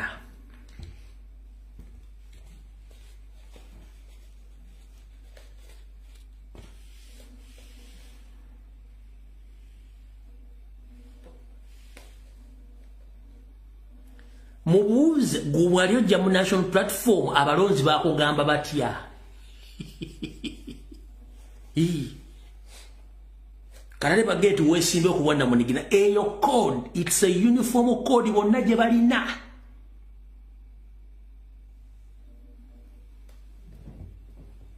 sagala mudemu ebuzebuze ngafuka buli wowulira omusajja bano mukazi kati abalonzi bangambye gye nesimbewo eyo uniform code bonna gye balina bali mu sequence eri eya 15 billions wezi ng'oyagala okuseka munnanga okaaba ate omale wekonsolinge. Bakomredi bonna bakubiddwa amasimu abadde bammiddwa kaadi era aba Brave baavudde bagamba nti temutukubira masimu PPF ADF temutukubira masimu ne FDC ne Ecological Party bwe bamaze okuba exposing omanyi kye baakoze nga bajja bakola press conference bagamba kati buli muntu yenna awulira nga bakumye kaadi what to come jangu naye singa bakomredi bavuddeyo kyogera singa tebavuddeyo kyogera nti bana basajja batukubidde amasimu bandibadde basirika nga bakyakolera wabula the moment baba exposing ne bakiteeka mu public nti mujje ne bajja nti babayita mukitegedde bulungi nnyo kati eno statement ye kutegeeza ekintu ekyo. Eno statement ye kutegeeza ekintu ekyo. Olya bulungi nnyo. Twali tukoze program ejja kubeera mu enkuŋŋaana ez'olukale. Ejja kubaamu enkuŋŋaana ez'omu halls, mu hotels naki. Tetusobodde kubikola olw'ensonga nnyingi, emu ku byo ebikozesebwa ensimbi nga si byangu, era netusalawo tukoleko ebitono bye tusobola okukola. Bw'oba otandika ekibiina ky'ebyobufuzi nga tosobola kitambuza, kibeere ng'ebintu ebirala oba ssomero oba bizinensi, bwekikulemerera kigalewo oyingire ebibiina ebirala oba oddeeko otuule. Nze sirowooza nti wajja kutandika ekibiina ky'ebyobufuzi agende nti bannange neetaaga ssente kinnemeredde bampeeyo ssente, akiba kitegeeza nti kikulemeredde kipaakinga egenda oyingire ebibiina ebirala oba onnyuka.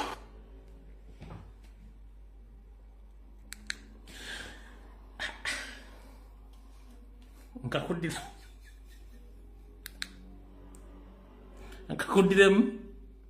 Twali tukoze program ejja kubeera mu enkuŋŋaana ez'olukale. Ejja kubaamu enkuŋŋaana ez'omu halls, mu hotels naki. Tetusobodde kubikola olw'ensonga nnyingi, emu ku byo ebikozesebwa ensimbi nga si byangu, era netusalawo tukoleko ebitono bye tusobola okukola. Bw'oba otandika ekibiina ky'ebyobufuzi nga tosobola kitambuza, kibeere ng'ebintu ebirala oba ssomero oba bizinensi, bwekikulemerera kigalewo oyingire ebibiina ebirala oba oddeeko otuule. Nze sirowooza nti wajja kutandika ekibiina ky'ebyobufuzi agende nti bannange neetaaga ssente kinnemeredde bampeeyo ssente, akiba kitegeeza nti kikulemeredde kipaakinga egenda oyingire ebibiina ebirala oba onnyuka.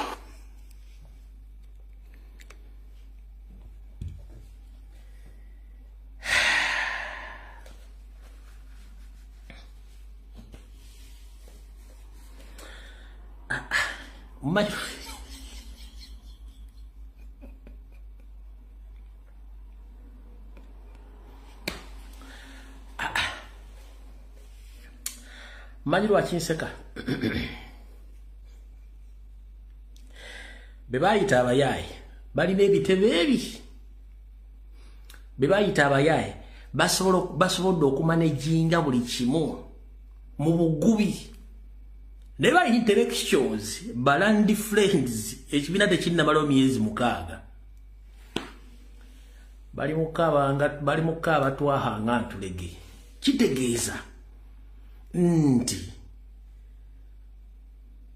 okuba nti wasoma era ng'omanyi okwogera oluzungu tekitegeeza nti omanyi management. Ngera basomesa ebigambo bibiri. Mu bulamu waliwo omuntu nga is a good manager, nga is good at managing. Nwawerawo omuntu nga politician. These people are not politicians, and these people are not managers. These people are sabotagers, kubanga bo bali money-minded. Waliwo omuntu nga ye mulungi mu kutetenkanya kukulaakulanya okutambuza ebintu nga si bonna byabufuzi. Kati bano ku byo tebalinaako. Si bonna byabufuzi, si manager, just basabotaja kusabotaginga. Nopo yakamalawo emyaka 4. Ezimbye ekitebe ekikulu n'ezimba n'ekyokubiri n'ebirala bijja. Mwe mwavaamu olw'omulugube gwammwe nga muzanya kaadi za Museveni n'ogaako ogenda ozimba ekibiina. Tekinnaweza myezi 3-4 oli mu kukaaba nga ntulege. Kati who is fooling who and who is winning?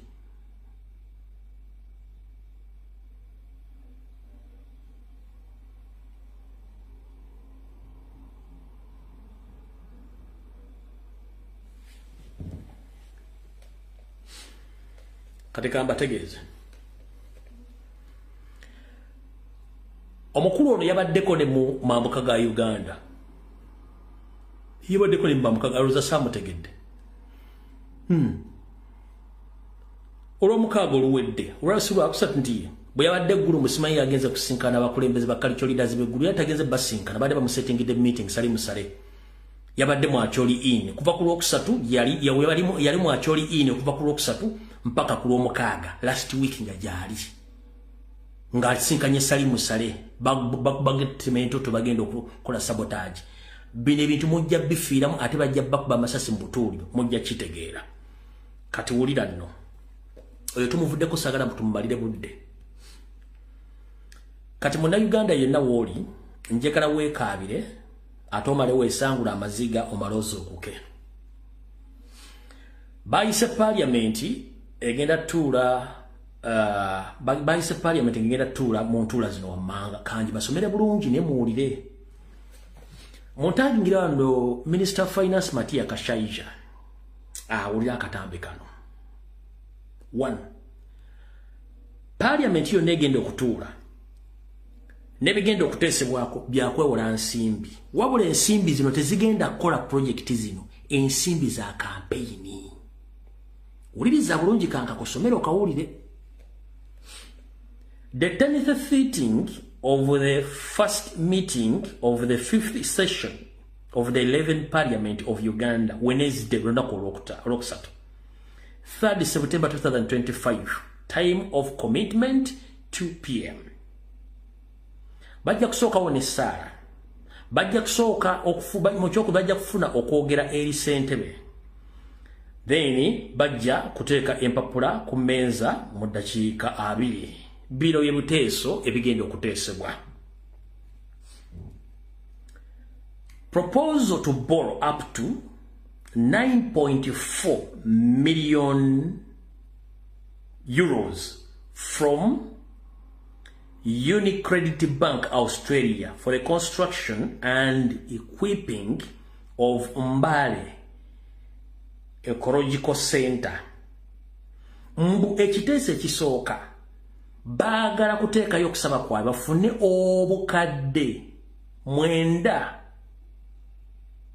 oba bajita 9.4 million euros mu kusooka kwabwe kubaagala okusooka okusaba baagala kuteekayo okusaba kwabwe ewole obukadde 9 n'obusente obugwamu ensimbi eza euro nga bagenda zeewolo okuva mu UniCredit Bank of Australia mbuzino za kuzimba saako n'okuteeka bintu ebyetaagisibwa mu kitongole kye bayita Ecological Center bwe bavaawo era bagenda kwewolawo obukadde bagenda kwewola 36.5 millions obukadde 36 n'emitwalo 5 za dola okuva mu Islamic Development Bank ISB for construction of Alua Ecological Center and radiotherapy equipments for the Mbale Ecological Center. Honorable Minister of Finance and Planning and Economic Development we Matia Kashaija. Kati bana abasajja okumanya bayonkante bakozesezza project 2 omulundi gumu okusaba sente mu banki ez'enjawulo nga sente zaawukana zonna sente zakiza campaign ekyo kikujjukiza ekiteese kyokuli proposal to borrow up to 99.56 millions from International Fund for Agricultural Development IFAD to finance the proposed resilient of livestock value chain project. Kati livestock zimugenda okuteeka mu sente nga amataka gonna kayindo tafire ne bande bagatwa livestock mugenda ziteeka luddawa amataka gonna agaliko amalundiro g'eggwanga mwagatwala mugeddiza bino mugenda otoka mbigenda mbiteeka mu faamu zammwe mu nnimiro zammwe luddawa zino sente munoonya za campaign owulidde bulungi nnyo proposal yokusatu proposal to borrow up to 188.18 millions equivalent to a UAE 150 millions from African Development Bank and 228.31 million equivalent to UA 22.57 millions from African Development Bank, additional to finance for the construction of Bosega Mpigi Highway Express project. Yeah, namana asajja batubye gwanga. Ene mujulide. Proposal yokuna a report on public debit, grants, guarantees and other financial liabilities from financial year 2024-2025. Honorable Matakas. Eyokutano, report of the Auditor General on the audit of the financial statement for the year end on 30th June 2024 for the following: agricultural credit facility, small business recovery funds. Zino zonna, ladies and gentlemen, zonna sente baagala za campaign tewali kirala kubanga tebalina sente. kati ye parliament ne Museveni ebintu byakola. Wane wajja ekibuuzo kye mbadde temumanyi. Mbadde nkusomera ekyo nga nakye ngenda okulaga wuliriza ogenda kunyiiga.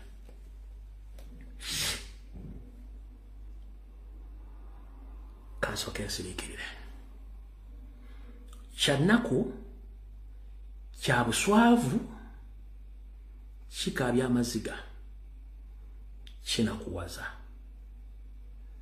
Eggwanga erijjudde eby'obugagga byonna bibbiddwa nga setteesereza eyo esirise.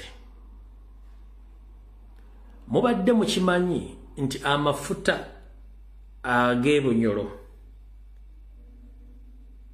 gatundibwa dda emyaka 10 emabega gonna era gatundibwa dda Katale n'ensimbi ne bazirya. Kino kyemulaba olwaleero kiyita mu luggya. Taro oil ey'abasajja bano bennyini amafuta yagatunda dda emyaka 10 emabega bagatunda dda ne ssente ne bazirya zonna. Kino kyemulaba olwaleero kiyita mu luggya. Amafuta gatundibwa gasimibwa 10 years back ne bagatunda Taro oil gonna. Taro oil ye Museveni ye Salimu Sale ne banne gatundibwa 10 years back gatundibwa dda ne ssente bazirya dda. Awo tuvuddewo. Ekyennaku ekirala, gold gwobadde basima mu ggwanga n'olwo gwe bagambye wagagayi bagironkinze bulonkinzi ng'ekifaananyi. Gold yasimwa dda era gold yasinga obungi wa First Family bonga abantu balina gold deposit e Rwanda.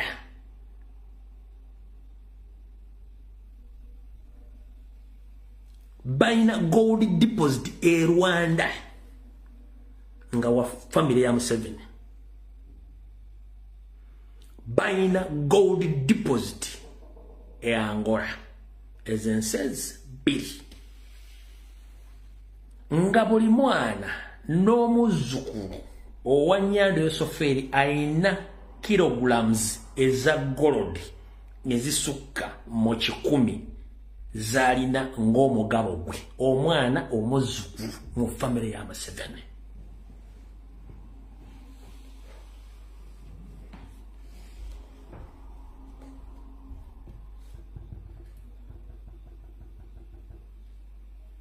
Kino kyemwalabyeko mu balonkinze nno gold baali bamusima dda. Yensonga lwaki parliament bagigamba nti Uganda efulumya ttani 8 buli mwaka eza gold. Wabula mu National Treasury mu balipotingayo kilo meka?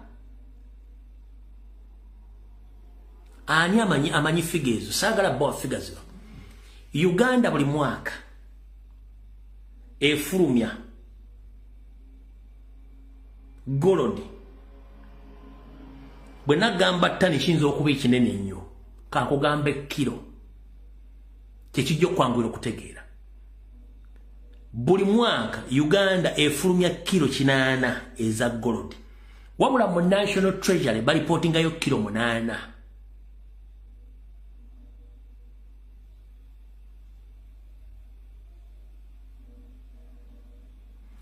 Bali batuzaako parliament ne Minister of Finance nejja ne babulya ssente eziva mu National Mineral Resources ze Uganda.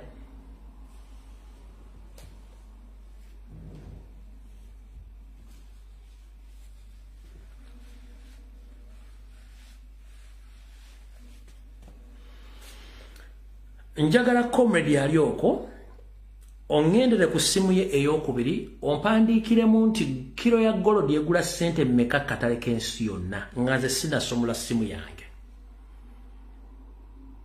Kwata essimu ye ey'okubiri teekamu nti kilo ya gold yegula ssente mmeka ku World Market. Kilo ya gold yemu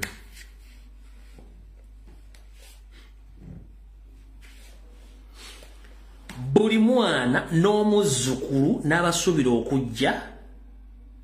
Tumukunde Drake agambye ziri 3.9 tons. Jude Murindo agambye ziri kilo kanaana. No, njagadde kuwa bantu bano ekifaananyi manyi bannayuganda tubawa kifaananyi nnyo kinene kino abalema kugeza kutegeera. Njagala muntegeere bulungi nnyo. Njagadde obbawo ekifaananyi kye banaategeera nti kilo 8 naye nga nkimanyi zisukkamu.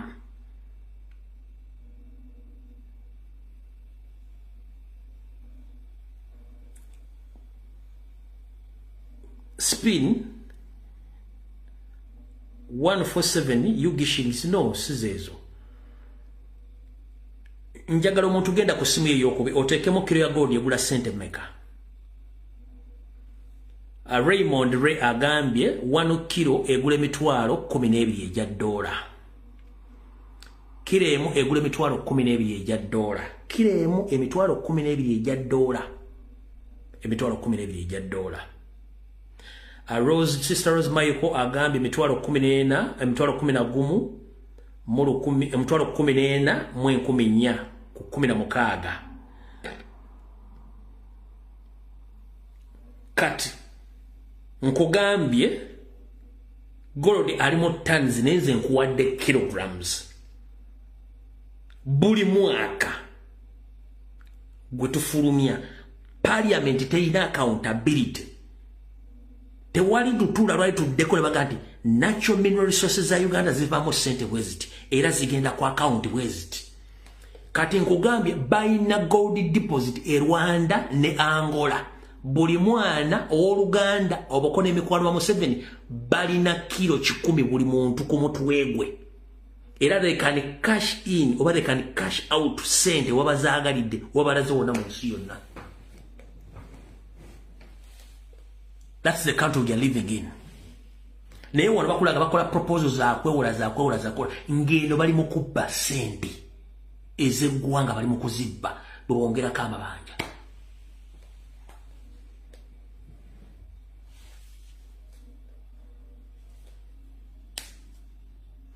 Ogenda biga mu mukyala ekya Kasoli tabimanyi. Owekological tako steta owekological simanyi patagenda bikugamba kuba ajja kubakumbuka kama bajja mu kubembo. Mpuga tajja bigamba. Segona tagenda bigamba. Lukwago tagenda bigamba. Teri agenda bigamba okujja kwano ku social media. Matayo Kashaja tajja bigamba. Tewali agenda bigamba. Nenga it's a natural mineral resource buli muna Uganda zasobola okufuna ko sente.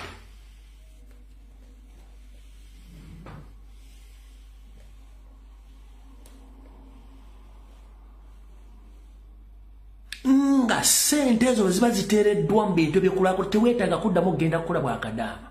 Bwa seculiko simanyi ngenze kuba kyemu America nkupaka kuwulira bubi simanyi kukola buli kimu kyokka kyekola kyokka. Wabula bano abantu ng'oggyeko golodi gwe batadde Angola owa famire yaabwe. Golodi asigaddewo bamutunda ku black market yeruwa. Abali ku kisaawe Entebbe munanjulira. Enyonyi eva mu first family ejjawe Entebbe neetikka golo n'emutwala era tetuukirana ku kisaawe kyennyini ku main. Abakola ku bisa by'ennyonyi e Dubai oba ne Qatar mukimanyi bulungi nnyo waliwo ennyonyi eziva Uganda nga ziza abakungu ba gavumenti b'e Dubai ne bakata ne bayingiza golodi oyo n'ayingira mu nsi ezo. Then Dubai eyina factory zaabwe eziddamu ne ziri brandinga golodi oyo ne zimufuula nti ava Dubai wawe Dubai. Ekyo nakyo bajja kibaga abaana bakola ku bisaawe ebyo. Nkuwa first hand information etagenda kuwa kuwatula lwa wonna.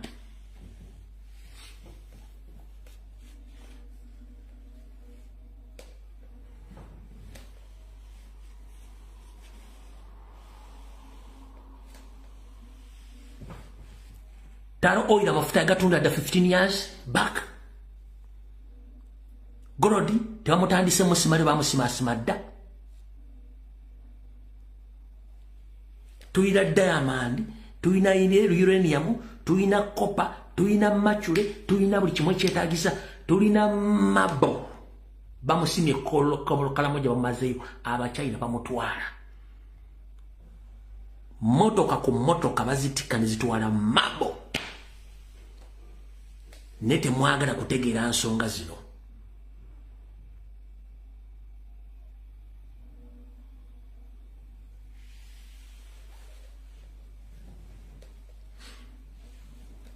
lwaki temwagala zitegera kati kansoke nkusigireko ekifaananyi ekitono obubuze bwaffe obw'abaddugavu abazungu batusiba akatambaala ne batulaga nti batuwadde obwetwaze ne batusigamu ensigo ey'obusiru etya baakuterawo eddiini osinze nnyo ng'osinziira ku bizibu ebibadde ku lukalu lwa Africa ne mu komite zammwe kw'osaba ennyo ne bw'ogenda mu Europe teri church teri kusaba there is no any kind of churches in Europe mbu ziri active nowhere kebere mu America kebere Canada nowhere kibuuzeeko mu Africa yesu sabalala ekikusabisa byebizibu byennyiri byandibadde bisolovingibwa natural resources sente ziba mu natural resources ne zidda mu economy ne zisituleko kubanga omuntu wange olina omulimu ogw'okukola tolina budde bugenda kusaba tolina budde bugenda kusaba olw'okuba olaakinga omulimu olina okgenda okusaba tolina mmere olina okgenda okusaba tolina school fees olina okgenda okusaba tolina mulimu olina okgenda okusaba ne bakuteekamu ekyo ekifaananyi ewaabwe mu Europe teri gye basabira kyaki teziri baazizimba bantu babiddukamu tebiriiyo neffe waffe abaddugavu kubanga baakikuteekamu Congo yesinga natural mineral resources mu Africa olw'okuba nti baali mu bizibu ebya koloniyo ne batta abaddugavu abakongo ne batta n'omukulembeze Patrice Lumumba baafuna ennaku ne basalawo batandike kuyimba n'abaddugavu omulala abasinga okuyimba mu nsi tebayimba nti kubanga they are talented no bayimba basing on emotions slave trade wa slavery gye bayitamu to console themselves balina okwekomposing okutandika okuyimba okwejjako busungu talere gye zaava n'olwaleero n'abakongo okuyimba bakyeteekamu nga bayisa ebizibu ebyo kyovula nti osanga omukongo asobola okwambala obukadde 10 ng'ekintu kyamanyi mu bulamu bwe kwe kwambala n'okuyimba okukola ebyennyimba n'okuzina that is it we bamusetingiraawo the same which is taking place in Uganda bakusetingidde mu ddiini mu music na mu kunywa bia na kwegadanga ekyo bakisetinze weekiri bw'obagamba kwati obyayogera tebitegerekeka alimba bino mbikugamba teri agenda bikugamba batusetinga abaddugavu tulina okwerikavalinga ng'okudde mukyali ng'oyagala okumanya byenkugamba ebituufu kubira muganda waali mu Europe ali mu America ali Canada omubuulire ku byokusaba ajja kugamba kabulenga ne tuli kusaba tekuliyo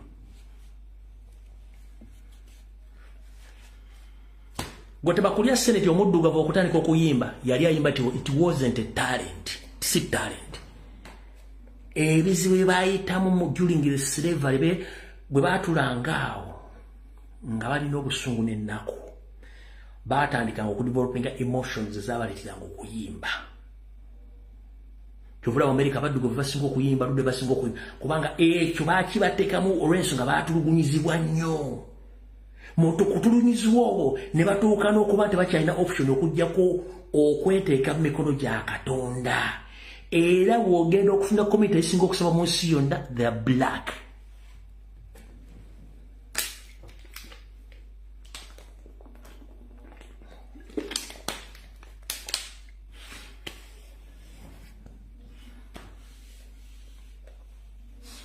lwaki baddugavu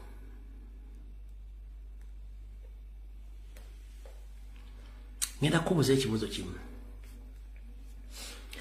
America baatula luddawa okwetondera abaddugavu America baatula luddawa okwetondera abaddugavu ebikolo byakola ku muddugavu Omungereza yatula luddawa okwetondera omuddugavu ebikolo byamukoloberako Omuzungu yatula luddawa okukondeminga n'okwenenya world war ne massacres ze baakola across the world baatula luddawa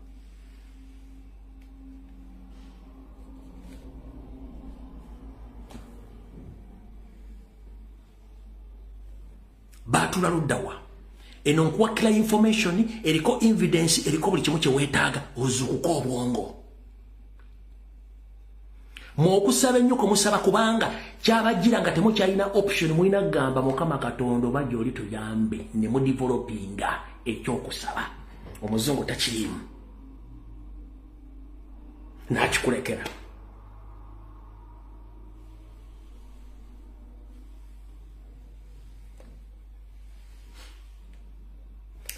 nga nkola state nyongera kujjukiza Mukama Katonda gyali era tokola era Katonda gyali mu byokola byonna Katonda akola ki Katonda gyali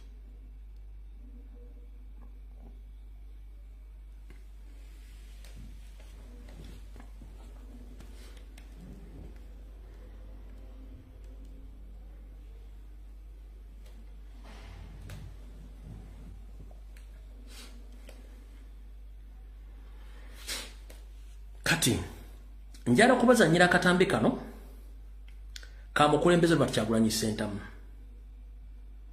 kali kodi bangena kuzomwezi zali 15 mwezi gw'okutano mwaka 2015 beyali akyadde mu church ya Pastor Bugembe kati kano kagenda kujjawo abagamba nti bazimba Kyagulanyi bulijjo njagala nnonya video eno nga njala bategeeza tewali yazimba Kyagulanyi yezimba yekka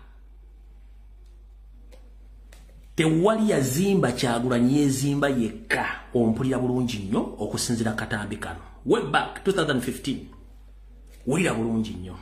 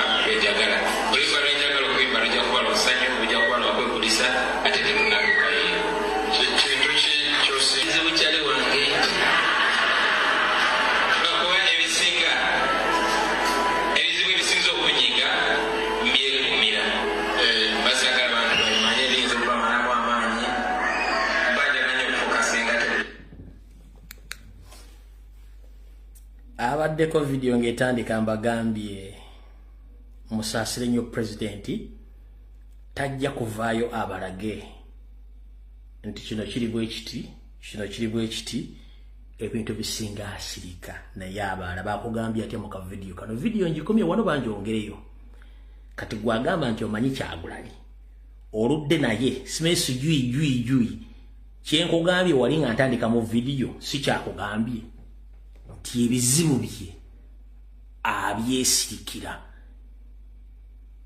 n'asirika kanka kudiremu katono okawulire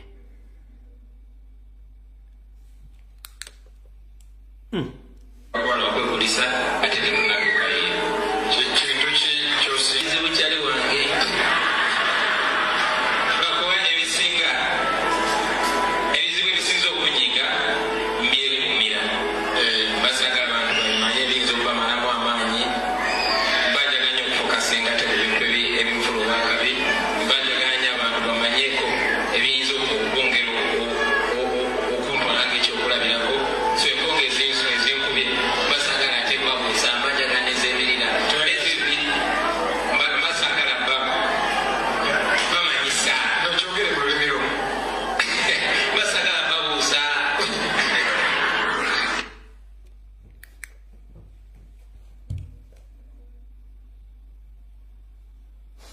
ndozo kitegedde wano wenjagala okubategeeza ekigambo kino abantu bangi mbale mukoze video ez'enjawulo ne mukola okwemulugunya kwammwe nga mugamba okusinzira ku bigenda mu maaso president bamuwamba president takyasalawo ekibiina bakiwamba eri abakiwamba oh yes muganda wange buli muntu alina constitutional right okwogera ky'abayogedde nkiddamu buli munnayuganda olina right okwogera ekigambo ky'oboyagadde provided owaako obujulizi bwa reference yes bwe mwogera nti president bamuwamba gwe ku side yo kituufu bamuwamba naye gwe baawamba awambika era oyagala ajja kugambe nti bampamba oba gwe byakola olumu bikulaga nti muwambe bw'oba odiringa n'omulabe gw'omanyi omanya butya bw'ogenda okukwataganya omulabe oyo ompuliriza bulungi nnyo bw'oba odiringa n'omulabe ng'omanyi nti omulabe omumanyi omanya bw'ogenda okudiringa n'omulabe bagamba bogobogo si muliro bogobogo si ki si muliro mbawulidde omusajja nembazanyira ka video kubajjira reference yesu ojja kyogera nti bamuwamba ate ng'oli mutuufu naye gwe bawamba bamumanyi n'abawamba bamanyi gwe bawamba agenda kutunuulira okole buli kyokola ng'akolaba bw'ati era okole buli kimu nga bw'okyagala ng'akolaba bw'ati bw'anaamala okukulaba naye ng'eriyo abalaba nti waliwo ekikyamu ekigenda mu maaso nga bo balumwa nnyo okuba nti bandiyagadde aveeyo ayogere ku nsonga eyo oba akola ekintu kyonna ekijjawo oyo ye kyalowooza nti kyekigenda mu maaso muganda wange tagenda kikola nga gwe bw'olowooza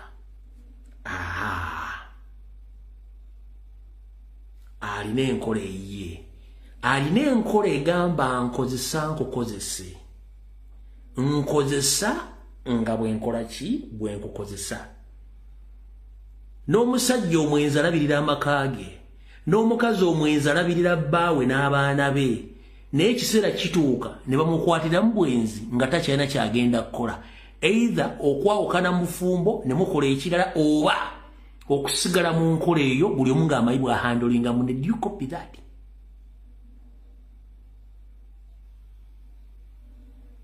kino kankikugambe nobody and no one understand Robert Kyagulanyi Ssentamu and nobody can control him at one time gosobola kujja ku kitebe ne bakuba ekikono nolowooza is the one who instructed ezo ziba personal gain za muntu aba akikoze okukuba ekikono si ze za president no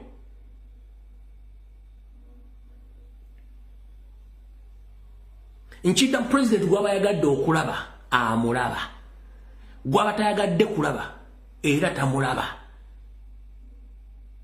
ate si buli muntu nti agenda kulaba no muntu nga ye musajja muganda alabikirwa ategeera abonekerwa buli omu amumanyi neggwe alabire wala ogenda kulaba nti omusajja bamuwamba nga bw'omwogera nti bamuwamba yesi nanjaga nti bamuwamba naye nkubuuza gwe bawamba bamumanyi enkola ye bagimanyi kankuweko ekyokulabirako kino kiri fane omubbi agenda okujja kubba banka ng'amaze okuwala buli kintu kyonna ne any slight mistake esobola muteeka mu panic mode mission yonna lyabadde agiddeko okubba neeyiika yembeera bweri essaawa zino tottanga kibe nga tonna kikenenya ndusu onootegeera otya omulabe bwakola ng'omukangidde mu kkubo leka omulabewo afune essanyu time bweneetuuka ng'olina omutegeeza nti gundi oli mulabe ng'ategeera ng'olina n'obujuzi omugaa nti owaayo omulabe wange kino badde okikola naye mbadde nkiraba gundi kino badde okikola naye mbadde nkiraba nakugamba enkola ya Kyagulanyi eringa ya mukazi etya gogaba vudde okwesimba ku independent abali tabamanyi tebafu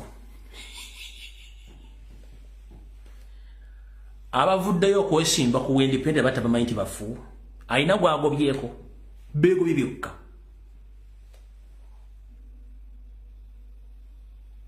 Mukama bakume video wedde. Tujja sinkana ku Lockdown. Eno video leo bwe kulime okutegerera ngo tojja kutegerera ko ddala Mukama kume. Mwenaba.